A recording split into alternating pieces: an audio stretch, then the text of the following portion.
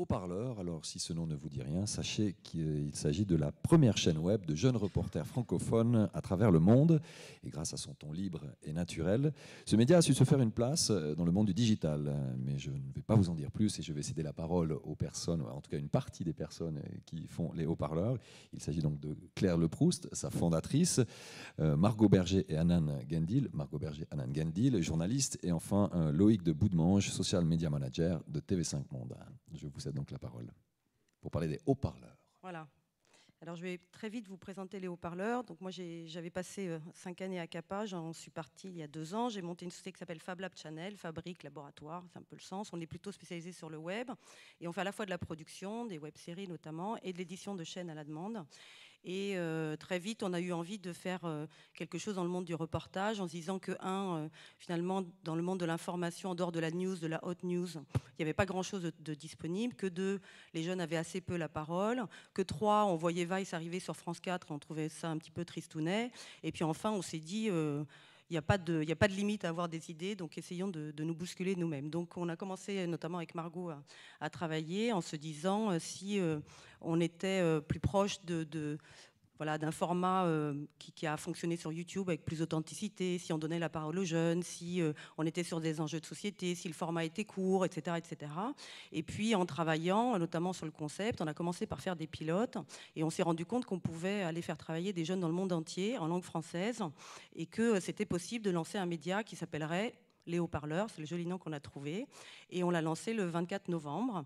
On l'a lancé autour d'une thématique qui est l'environnement. On l'a lancé avec plusieurs partenaires, dont TV5 Monde, d'où la présence de Loïc, TV5 Monde qui est devenu coproducteur, qui diffuse les haut-parleurs sur ses antennes, ses réseaux sociaux. Mais on a aussi d'autres partenaires, comme vous verrez tout à l'heure. On a Erasmus, on a Médecins du Monde, on a eu Audience La Mutuelle, on a l'Organisation internationale de la francophonie, et on est très heureux de vous présenter pour la première fois ce projet parce que c'est un projet qui est très ambitieux, c'est un projet dont on veut que dans 10 ans il existe encore, dans 100 ans aussi, et voilà, c'est le début. Vous êtes déjà assez nombreux et donc on vous remercie d'être là, mais sachez que vous vivez un moment naturellement historique. On y va. On vous montre des images, pas mal. Salut tout le monde, c'est Hélène au Brésil. Tudo bem? Bonjour. Salut, c'est Caroline à Bruxelles. Bonjour, je m'appelle Ouleikan. Salut, c'est Tao. Bonjour, je m'appelle Marie-Chantal. Bienvenue, installez-vous, on a des nouvelles pour vous. Il y a de bonnes, il y a de mauvaises, mais il y a des nouvelles pour vous.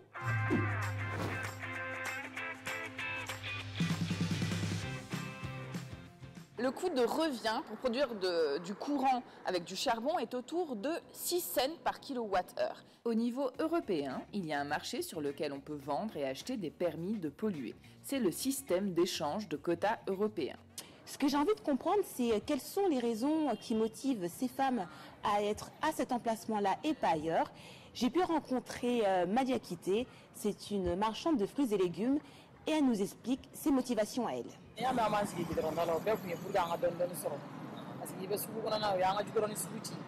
c'est trop bien, ça veut dire que l'air est pur ici, ça veut dire que je peux aller me balader en vélo tranquille.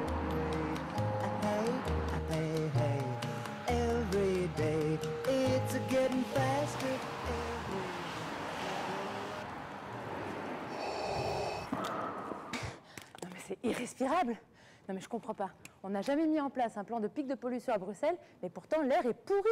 Mais en fait le problème c'est la façon dont on calcule la qualité de l'air. Mais c'est parce que cette expédition est longue que nous avons fait des rencontres incroyables, comme par exemple le requin du Groenland. Ce requin est l'un des plus méconnus. Il n'est que pour la seconde fois observé dans son milieu naturel. Il est normalement entre 200 et 1600 mètres de profondeur.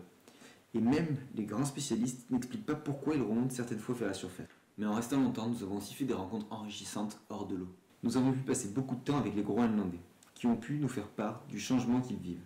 La banquise s'étend de moins en moins. Alors aujourd'hui, ils s'adaptent. Ils passent de chasseurs à pêcheurs.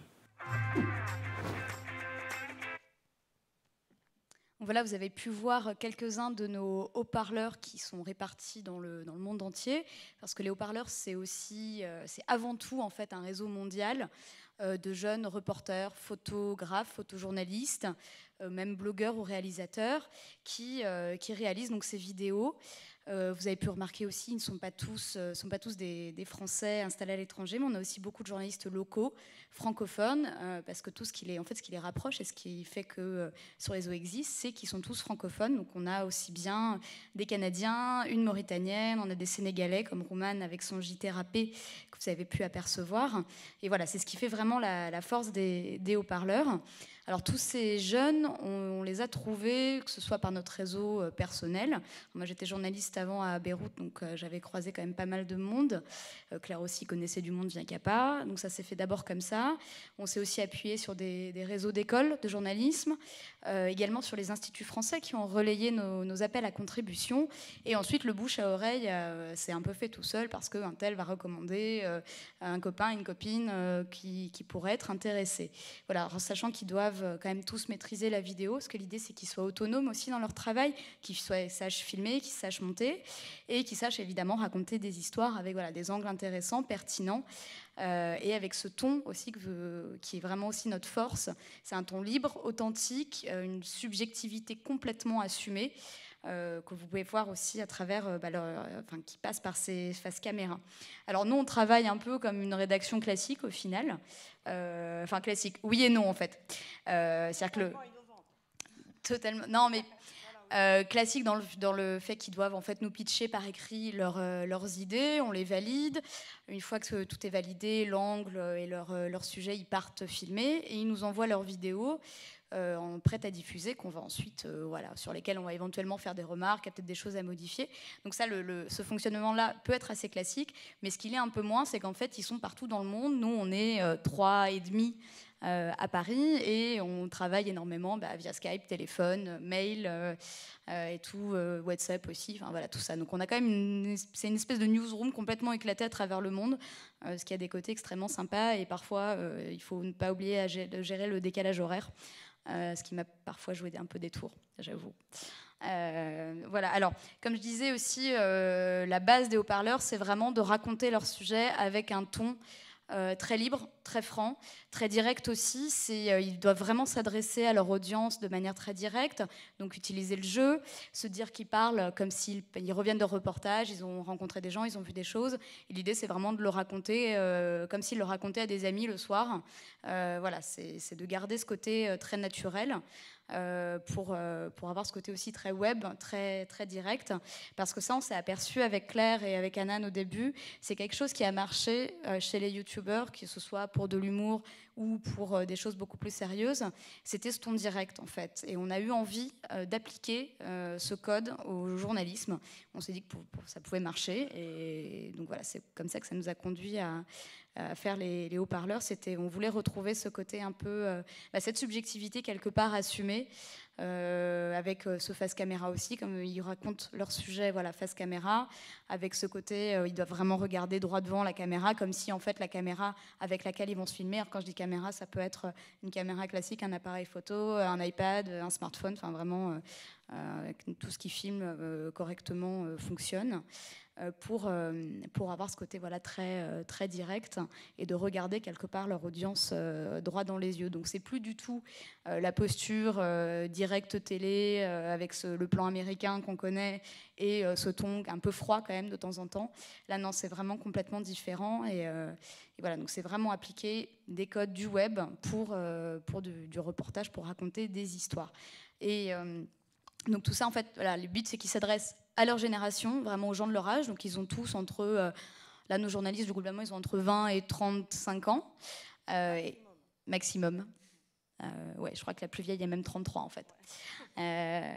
Et voilà, l'idée, c'est qu'ils parlent de leur génération à leur génération. Donc ils sont sur le terrain, parce qu'on est parti du principe qu'on ne parle jamais aussi bien de sujets que des histoires qu'on va rapporter de là où on habite, donc ils sont, comme je disais, correspondants ou journalistes locaux. Donc ils doivent vraiment parler de sujets sur lesquels qu'ils maîtrisent et sur le terrain sur lequel ils sont. Et l'idée, c'est vraiment de s'adresser à leur génération et de parler de leur génération. Donc c'est toute notre ligne éditoriale, en fait, c'est de se focaliser sur la jeunesse.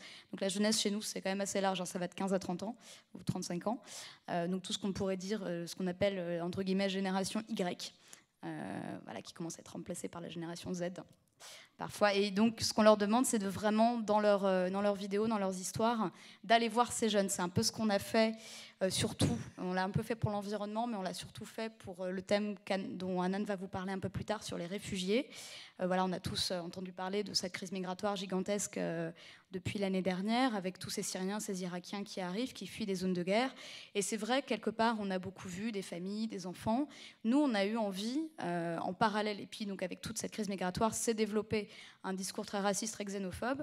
Nous, ce qu'on a eu envie, c'est de montrer donc, à notre audience jeune qu'il y avait des jeunes comme eux qui commençaient leur vie d'adulte, qui commençaient leurs études, voulaient les continuer, voulaient commencer à travailler, peut-être fonder une famille, et d'où leur quotidien de jeunes adultes a été interrompu par la guerre, ont dû fuir et se retrouver dans des situations dangereuses, voire dramatiques. Donc on a eu envie, quelque part, avec ce sujet dont vous allez voir quelques extraits juste après, de montrer voilà, à notre génération qu'il y avait des jeunes comme eux, parmi ces réfugiés, qui avaient envie de, quelque part, reconstruire leur vie dans des pays en sécurité. Donc c'est vraiment, voilà, on s'est vraiment focalisé sur la jeunesse pour ce thème des réfugiés. Et on l'a aussi fait pour un autre thème qui sera lancé prochainement, sur les drogues. Parce que les drogues chez les jeunes, c'est plus du tout un sujet tabou. Ils en parlent, ils en prennent. Donc nous, on a voulu être honnête aussi avec ce sujet, sortir du discours, soit donc souvent ce qu'on voit, c'est saisie de drogue par la police, des trafiquants arrêtés, donc le côté répressif, ou le côté spot de prévention. Il ne faut pas prendre de drogue parce que sinon vous allez complètement rater votre vie. Je ne dis pas que c'est bien, mais donc nous, on a eu envie d'assumer cette honnêteté et de se dire il y a d'autres choses qui se passent. Les gens ont envie d'en entendre parler de manière différente, de manière peut-être plus honnête, et d'aller voir parmi la jeunesse du monde entier qu'est-ce qui se passe. Est-ce qu'il y a des politiques nouvelles sur la légalisation, sur le traitement des addictions, sur aussi des jeunes très honnêtes qui vont vous dire que oui, parfois ils en prennent et que quelque part il y a des assos qui vont aussi s'occuper dans certains pays de jeunes toxicomanes. Donc c'est vraiment notre ligne éditoriale, c'est d'aller voir tous ces jeunes dans le monde entier par des jeunes. Et donc pour réaliser toutes ces vidéos, ils ont aussi, nos jeunes réalisateurs, vidéastes, reporters, ont une charte de réalisation assez précise, même si le ton est très libre, très franc, ils peuvent raconter leur sujet de la manière qu'ils veulent. Il y en a même qui dessinent, on a des gens un peu plus artistes, mais la réalisation est un peu plus précise, et c'est Hanan qui va vous développer tout ça maintenant en fait. Voilà. Bonjour, alors moi je suis responsable éditoriale des haut-parleurs. On a travaillé avec notre directeur artistique, Mathieu, sur toute la charte graphique des haut-parleurs. Donc vous pouvez voir le logo qui a un rapport d'ailleurs avec le nom. Donc on a vraiment tenu à garder une marque, à créer une marque facilement identifiable.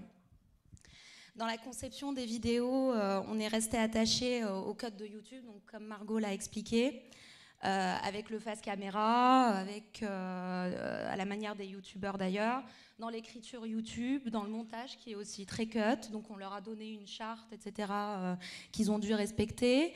Et il y a eu aussi donc le call for action à la fin de chaque vidéo, donc qui est systématiquement à la fin de chaque vidéo, qui renvoie vers les réseaux sociaux, vers d'autres vidéos, donc voilà, qui incite à l'abonnement, à la fidélisation. Donc on a vraiment tenu à rester attaché au code de YouTube, au code du web. Après, voilà, donc ils fabriquent leurs vidéos tout seuls, en respectant cette charte, et ensuite ils nous les livrent et on intègre l'habillage nous-mêmes, donc derrière. Voilà. En ce qui concerne la programmation, le rythme du départ, en fait, on est parti sur un rythme qui était de 4 thèmes par an, donc un thème tous les trimestres. On s'est rendu compte assez rapidement que c'était trop lent, qu'il fallait qu'on soit plus dynamique, et donc on a décidé de allonger la période, de réduire la période allouée à chaque thème, et donc du coup de pouvoir multiplier les thèmes, de pouvoir les croiser, pourquoi pas. Et ce qui a fait qu'on a lancé le deuxième thème après l'environnement à l'occasion de la COP21 la semaine dernière, qui est sur les réfugiés, donc en partenariat avec Médecins du Monde à l'occasion des 5 ans de la guerre en Syrie. Et là, on a vraiment travaillé avec les haut-parleurs sur tout un contenu exclusif. D'ailleurs, j'ai pu accompagner un haut-parleur, Camille, je vais citer son exemple, parce qu'elle était à Athènes et elle a réalisé une vidéo sur donc, les réfugiés à Athènes, et elle a pu avoir des images exclusives sur le terrain, sur l'île de Lesbos, de l'arrivée d'un bateau de réfugiés filmé par un sauveteur grec avec une GoPro. Donc les images, elles sont vraiment très poignantes, très touchantes. Et donc voilà, donc tout le travail il est fait sur un contenu exclusif, sur un contenu surtout inédit. Voilà, et du coup pour l'année à venir, là prochainement on va lancer le thème, comme l'a dit Margot, sur les drogues. Et je peux vous en citer d'autres comme ça. Il y a aussi les youtubeurs, le travail avec un focus sur les apprentis. Pardon, je ne parle pas bien dans le micro. Et, ou encore la fête à travers le monde. Voilà. Du coup, une fois que les vidéos sont prêtes, on les diffuse sur nos différents réseaux. Donc simultanément sur YouTube et sur le site de TV5 Monde, avec donc, le player de TV5 Monde sur leshautparleurs.com. Et on utilise les réseaux sociaux, Facebook et Twitter pour tout ce qui est relais, pour tout ce qui est teasing. Voilà. Et on va vous montrer d'autres images justement par rapport aux autres thèmes qui sont... là, on a fait un focus sur les drogues et sur les réfugiés. Oui, c'est en exclu parce que la plupart des images n'ont pas encore été diffusées.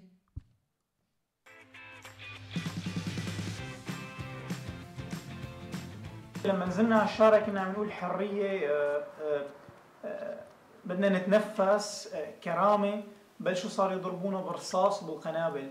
Avec la crise des réfugiés, de nombreux Grecs s'investissent et se portent volontaires. Yorgos est l'un d'entre eux. Il est volontaire pour Médecins du Monde et avec sa GoPro, il a filmé l'arrivée des migrants sur l'île de Lesbos.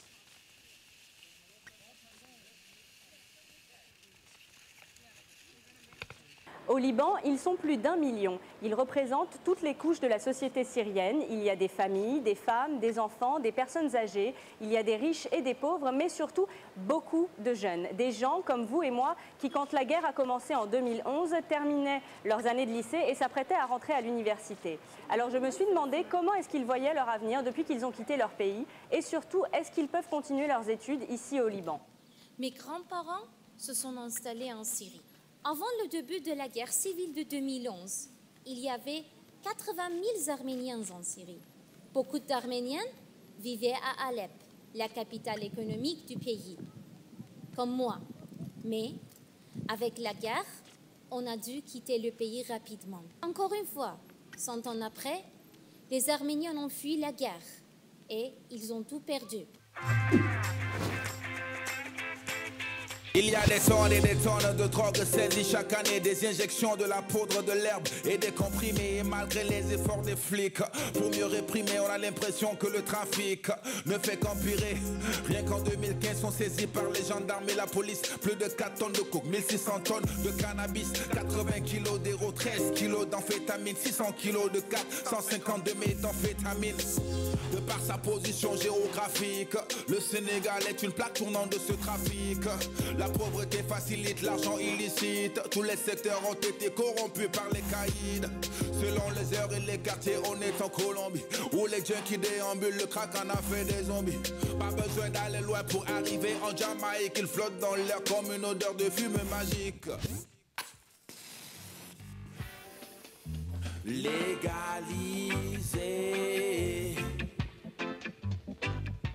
Le cannabis est banalisé. Parce que dans les soirées chic aussi, on sniffe aussi, on speak aussi. Tous les plaisirs se négocient, alcool et drogue s'associent. La plupart des jeunes copient, pour eux se shooter c'est sexy. Ça fait fuir les soucis, c'est aussi un raccourci. Vers l'addiction, pire, vers la prison. Y a pas meilleur conseiller pour prendre de mauvaises décisions. D'abord un joint, le second n'est jamais loin. C'est un long voyage dont on ne connaît pas la fin. Ça peut les rendre antisociaux, conduire à l'échec scolaire, rendre les parents soucieux. pour un vrai suivi spécial. Parfois être autoritaire, mais garder un œil sur eux. D'ici là, ne zappez pas, c'était Roman du JTR, à bon entendeur. D'ici là, ne zappez pas, c'était Roman du JTR, pour les haut-parleurs. Aujourd'hui, je vous amène du côté obscur du foot italien.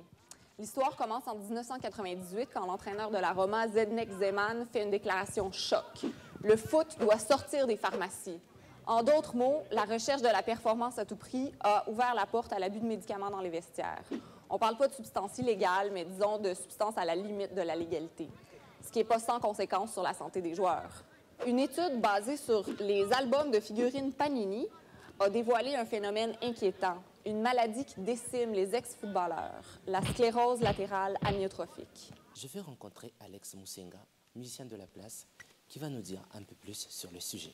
Je veux pas partir, la vie est belle. Je veux pas partir, comment faire? Je veux pas partir. C'est vrai qu'il y a des gens qui, réellement, s'ils ne prennent pas un peu de drogue, ils ne peuvent pas composer. Du coup, les gens ne peuvent pas monter sur scène moitié nus et puis dire qu'ils n'ont pas consommé quelque chose. Lorsqu'au départ, vous vous dites que pour que je compose mes textes convenablement, il faut que je filme. Alors, vous avez besoin de filmer pour composer. Il y a les gens qui sont passés par des traumatismes pendant leur enfance. Alors, ils cherchent un moyen de s'évader. Et puis, lorsqu'ils se sentent évadés, ils disent que voilà, je suis inspiré. Lorsqu'on a fumé de la marijuana, moi-même je fume, on devient parfois un tout petit peu passif. Seulement que lorsqu'on en consomme, lorsqu'on en prend de trop, on finit par devenir un tout petit peu paranoïaque. Donc, si aujourd'hui la loi a décidé de traquer les gens qui vendent ou les gens qui en consomment, qui en prennent, après, il y a une partie des musiciens qui sera en train de se plaindre. Aujourd'hui, je voudrais vous parler d'un reportage qui m'a troublée. Je suis allée dans une communauté thérapeutique, c'est-à-dire une église évangélique qui s'occupe des personnes dépendantes. Alors, je suis partie avec un a priori négatif, parce qu'ici, sur ce thème de la santé, beaucoup de pasteurs évangéliques sont, pardon pour le politiquement correct, mais criminels à mon avis. Il faut arrêter la chimiothérapie, puisque Dieu guérit tout, arrêter les traitements contre le sida, supprimer les lunettes, supprimer les traitements pour les diabétiques, etc. Et en plus, ils estorquent de l'argent à leurs fidèles pour ça. Bref, je suis arrivée dans cette banlieue nord de Rio de Janeiro, totalement oubliée par l'État. Et j'avoue que quand j'ai poussé la porte de la communauté, j'ai été impressionnée. Nous avons rencontré Makreb, qui a été détenu en vertu de cette loi en 2012. Il nous a parlé de son expérience et du mauvais impact de cette loi sur ses études et son avenir professionnel.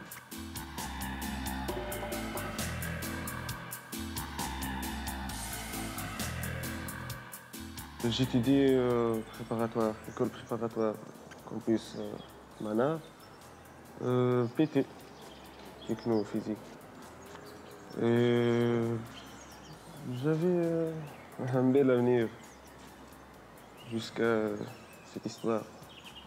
J'ai passé 5 mois en prison après mon arrestation. Donc c'est inscrit dans le bulletin numéro 3. Je ne pense pas que je peux travailler dans la fonction publique. C'est ça, mon avenir est un peu flou.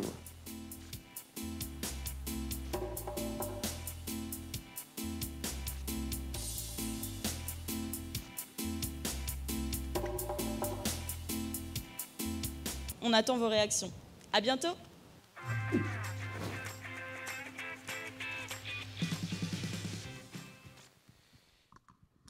Bonjour, tout d'abord je vais vous faire un petit focus rapide sur TV5 Monde et les réseaux sociaux. Faut savoir que TV5 Monde, ça représente une communauté globale de 6 millions d'abonnés et on est présent sur plus de 55 comptes social media. Alors on a une stratégie de présence par zone géographique parce que on est une chaîne francophone et internationale. On a également une stratégie par thématique, comme le sport ou l'apprentissage du français, qui est un des grands piliers de la chaîne, mais également une présence par programme. Et c'est celle qui s'applique pour les haut-parleurs, qu'on considère vraiment comme un programme. Et ce que disait Margot, et ce que vous avez pu constater en regardant tous ces extraits, c'est que les haut-parleurs, vous l'avez vu, ils sont tous francophones, ils parlent tous français. Et ils sont tous internationaux. On a vu du Brésil, on a vu de l'Afrique, on a vu de l'Europe, on a vu tous les pays. Et TV5 Monde, on se retrouve vraiment dans cette logique où notre communauté, nous, elle est francophone, à l'international, elle est également très connectée, très mobinote, et c'est en ça que le format des haut-parleurs nous intéresse, parce que c'est un format court qui répond aux usages de consommation des jeunes en ce moment. Et surtout, on sait qu'il y a des zones dans le monde où regarder un programme sur sa tablette ou sur son smartphone, on est très dépendant de la data. Et autant ici, dans le 9e arrondissement, on n'a aucun souci à se connecter en 4G, autant dans certaines zones géographiques du monde, c'est plus compliqué. Donc, de proposer un format qui est court et qui délivre un message enrichissant dans ce timing, c'est quelque chose de très important pour nous.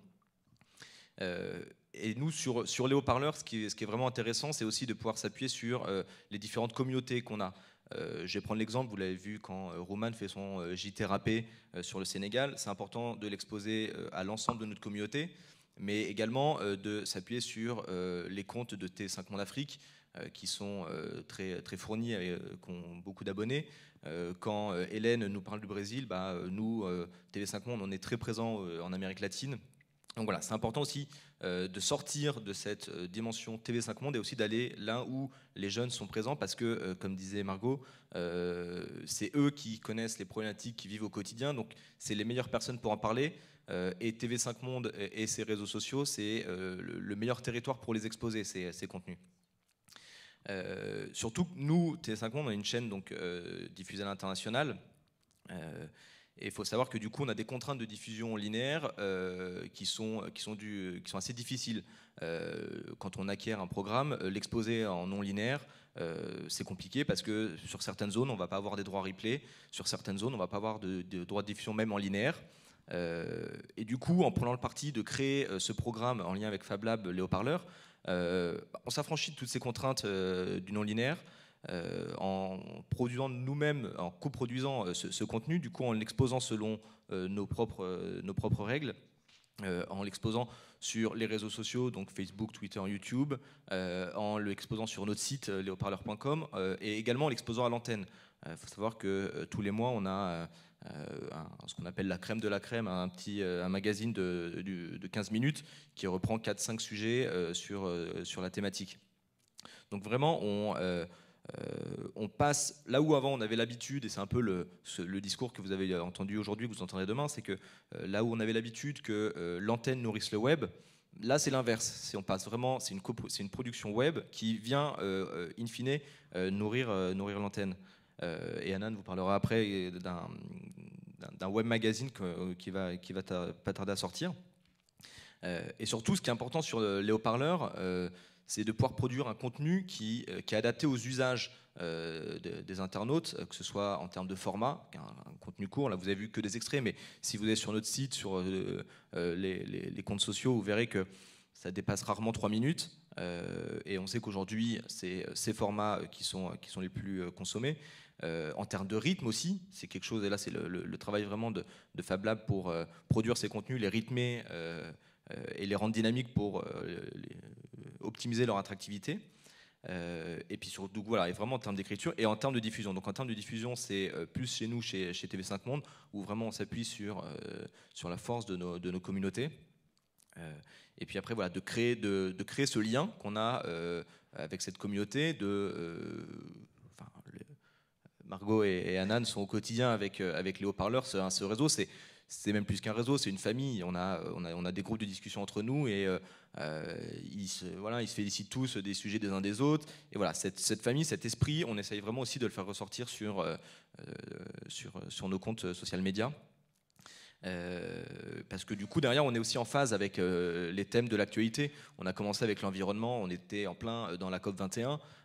C'était pertinent d'avoir des personnes du quotidien qui nous parlent de leur environnement, mais proche de chez eux. Quand vous regardez le sujet de Founé à Bamako, on n'entend pas parler dans les médias classiques. On parle de pollution, d'environnement, mais quand vraiment on est sur le terrain et que la personne vous raconte au quotidien ce qu'elle vit, c'est très impactant. Et nous, ça nous tient à cœur vraiment de l'exposer parce que c'est dans l'ADN de Fab Lab et nous, on se reconnaît vraiment dans cet ADN sur TV5 Monde. Donc voilà, on a aujourd'hui 2-3 vidéos par semaine que vous pouvez retrouver sur YouTube, sur le site tv5leshautparleurs.com. Qu'est-ce que j'aurais pu oublier? Bon, si vous voulez juste rajouter quelque chose, ou il y avait Je mademoiselle. rajoute quelques mots sur une nouveauté qu'on va lancer là très prochainement. C'est un web magazine bimensuel qu'on va envoyer aux abonnés, aux gens qui s'abonnent. Donc on leur envoie par mail. 2 fois par mois, ils vont recevoir un contenu exclusif des haut-parleurs sur leur boîte mail. En fait, c'est une manière aussi d'envoyer du contenu exclusif et du contenu aussi diversifié, parce qu'on va envoyer aussi bien des vidéos, mais aussi du sonore et même des dessins de presse, donc avec des dessins de Willis from Tunis, qui est une caricaturiste tunisienne. Voilà, donc et le site, on est en train de préparer le nouveau site qui arrive là très bientôt avec la Net Squad, voilà. Un très beau site d'ailleurs, oui. Il est tellement beau que je ne pourrais pas le décrire. Et de beaux projets. Merci en tout cas, mesdames et messieurs, d'être venus nous présenter ce programme Les Haut-Parleurs. On peut les applaudir. Et je ne sais pas s'il y a des questions aussi. N'hésitez pas. Alors oui, je crois qu'il y a une question là-bas. 2 questions même. Bonsoir, j'avais juste une question sur le modèle économique, évidemment. Comment c'est financé et comment sont payés ou pas les haut-parleurs? Merci. C'est rigolo parce que j'avais un déjeuner à midi et avec une avocate qui me disait, toi, je viens de faire un voyage en Israël. Et en Israël, ils s'étonnent quand la première question que les Français posent, c'est toujours sur le modèle économique. Alors que nous, la question qu'on se pose, c'est l'innovation. Voilà, pour se faire rire, votre question pour cette raison-là. Non, mais un modèle économique, c'est un modèle économique très simple. D'abord, nous, depuis le début, y compris pour les pilotes, on a toujours rémunéré tous les haut-parleurs. Donc, ils sont payés l'équivalent de 2 jours de pige, parfois un petit peu plus. Dans le cadre de Roman, par exemple, où il y a une vraie création musicale, c'est un petit peu plus. Soit en facture, soit en salaire, quand ils sont fiscalement français. De notre côté à nous, on est comme une agence, comme à la fois un producteur et une agence, et aussi un média. Donc c'est un peu plus compliqué que simple, mais c'est assez simple quand même. Le premier, c'est qu'on vend nos contenus. Donc typiquement, TV5 Monde est un de nos partenaires de diffusion, mais on peut en avoir d'autres. On a cité tout à l'heure Médecins du Monde. Quand Médecins du Monde nous demande de les accompagner dans une opération autour des 5 ans de guerre en Syrie, on est rémunéré pour ça. Ils diffusent aussi les contenus.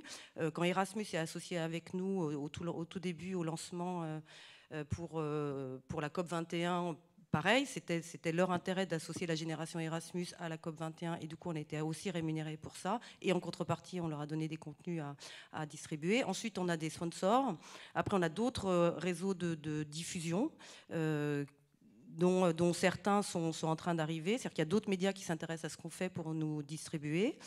Voilà. Après, est-ce que la publicité est un revenu pour nous? Moi, je considère que dans le monde du web, la publicité n'est pas un business model, donc on ne dépend pas de ça. Voilà. Et puis, qu'est-ce qu'il y a d'autre?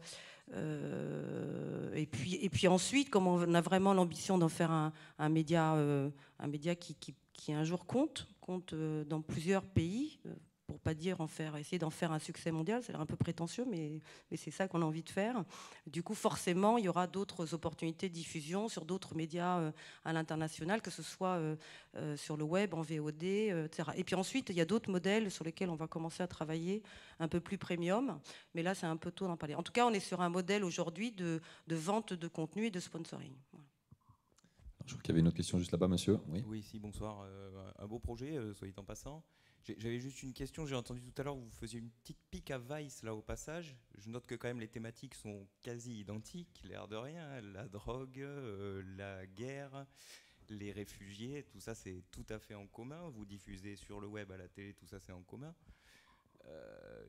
Je me dis, c'est quoi la différence? C'est vraiment l'angle d'accroche des sujets finalement entre vous et Vice, ou c'est vous jetez le gonzo d'un côté en disant non? Non, pas du tout. Non. Alors le pic, c'est une bonne question, que vous posez, parce que quand un modèle existe, forcément on compare. Moi, j'ai pas dit qu'on faisait comme Vice, j'ai juste dit justement, au contraire. qu'on avait été un petit peu étonné qu'on a plutôt pris comme une opportunité le fait que une chaîne de service public aille chercher une chaîne américaine, même si elle se localisait, pour la mettre sur son antenne. C'est surtout ça qui nous a surpris. Et du coup, on s'est dit, c'est quand même couillon qu'en France, on n'ait pas eu l'idée de développer un modèle comme ça. Voilà, donc je dis comme ça. Voilà, c'est plutôt ça, parce qu'après, moi, Autant Vice, pour moi, respect. c'est une Non, mais mauvaise vous avez raison. Non, mais après, il n'y a pas de souci. C'est plutôt dans ce sens-là, c'est-à-dire que ça a plutôt été un moteur de se dire, malgré tout ce qui se passe dans la presse, malgré la conviction que tout le monde a sur la vidéo, sur le web, malgré ce nombre de producteurs, malgré ce nombre de diffuseurs, on se retourne, et à part Data Gueule, il y a quoi hors la news, hein, j'entends, parce que sur la news, c'est très compliqué d'être en compétition. Voilà, donc après je pense qu'on est quand même très différent de Vice. D'abord sur la durée, on ne fait pas d'investigation, par exemple. On n'a pas les moyens de l'investigation. On est moins gonzo. On n'est plus...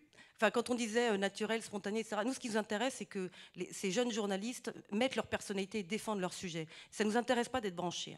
Enfin, moi, je n'ai pas envie de leur demander à tous d'être branchés. D'ailleurs, vous verrez, il y en a qui sont Marie Chantal, voilà, il y en a qui sont classiques, il y en a qui sont nés classiques, il y en a qui sont nés un peu borderline. Enfin, peu importe, nous, on a envie qu'ils tiennent leur sujet, ils le défendent, ils y mettent leur personnalité, qui soit le plus sincère possible. Ça, c'est un vrai défi, parce que notamment dans la grande famille des journalistes, il y a des formats qui se sont établis, imposés par les écoles, les chaînes, etc. Et nous, on est là pour leur apprendre à défaire ça, quoi. Voilà. Donc ça, c'est un sujet. Le deuxième, on n'est que sur du format court. Donc on ne peut pas prétendre en 3 minutes avoir tout expliqué, avoir tout couvert. Loïc disait tout à l'heure, ce qu'on leur demande, c'est aussi de raconter des choses qui se passent sur leur terrain. Voilà, c'est quand ils sont sur leur terrain. Alors ils peuvent être sur leur terrain après avoir passé, comme c'est le cas de Camille, déjà 3 mois en Grèce, alors même qu'elle est française en l'occurrence. Voilà, mais on leur demande de raconter des choses sur leur terrain. Et enfin, je pense que par rapport aux thématiques que vous citez, de toute manière, on sera sur tous les enjeux de société. Et c'est vrai qu'au début, on s'était dit, on va refaire l'événement tous les trimestres, etc. Et on était parti sur des grandes thématiques comme ça. Et on s'est dit, mais non, en fait, il faut être beaucoup plus dynamique, il faut être sur plein de sujets. Les sujets, en fait, le sujet des réfugiés, on ne voulait pas le traiter au début tout de suite, mais c'est Médecins du Monde qui nous a demandé de le traiter pour les 5 ans de guerre en Syrie. La drogue, c'est évident que c'est un sujet, mais c'est tellement un sujet qui peut être traité de plein de manières. Mais quand même... moi, je dis ça en tant que mère de famille, mais globalement, la drogue, on entend quand même très peu parler. Il n'y a pas de campagne, il y a beaucoup de parents en désarroi, il y a beaucoup d'enfants qui en prennent. Ça peut ne pas causer tort et ça peut causer beaucoup de tort. Et voilà, c'est ce terrain-là qu'on a envie de raconter, moins d'un point de vue enquête ou d'un point de vue... Enfin, j'aurais dit ce mot gonzo parce que je trouve que ça ressemble assez bien à Vice. Et enfin, on a plein de thèmes qu'on va aborder. Le samedi soir, être spirituel, c'est quoi je sais pas, moi j'ai envie de parler des rêves. Enfin, voilà, on va balancer plein de thèmes comme ça, très variés, de façon à cerner un peu, à ce qu'on essaie de cerner un peu mieux ce qu'est cette jeunesse dans le monde aujourd'hui, quoi. Super. Voilà, en tout cas, si je peux me permettre juste une autre question. Oui. Dans quel pays est-ce que vous n'avez pas de reporter et est-ce que vous avez encore de la place? Alors on a plein de places. Parce qu'en fait, on commence. Donc, on a commencé en novembre. Donc, aujourd'hui, on a à peu près une cinquantaine qui ont fait des sujets. Puisque cette année, on doit en produire 150. Donc là, en boutique, on a déjà une quarantaine de sujets. Très bientôt, là, demain, après-demain, on va mettre en ligne sur Fab Lab Channel, et puis on le fera passer, vous verrez sur les réseaux, etc. On va faire passer un nouvel appel à candidature. Oui, on continue à chercher des gens. En fonction, je rebondis sur le business model, en fonction des sous qu'on va pouvoir récolter, on pourra ouvrir. Mais en tout cas, aujourd'hui, on peut financer entre 120 et 150 contenus tout au long de l'année. Et des partenaires qu'on a ou avec lesquels on discute, on est assez confiant sur le fait qu'on pourra continuer et du coup pouvoir recruter encore d'autres gens. Donc oui, le champ est ouvert et on cherche... si possible, des gens qui correspondent à ce brief-là, voilà, qui ont envie de... Je peux parler vulgairement, voilà, qui ont envie de lâchez mettre leurs couilles sur la table. Voilà. Ah oui, quand même. Voilà, on va terminer sur ces belles paroles. Merci beaucoup, mesdames, messieurs, d'être venus nous parler de ce magnifique projet, les haut-parleurs.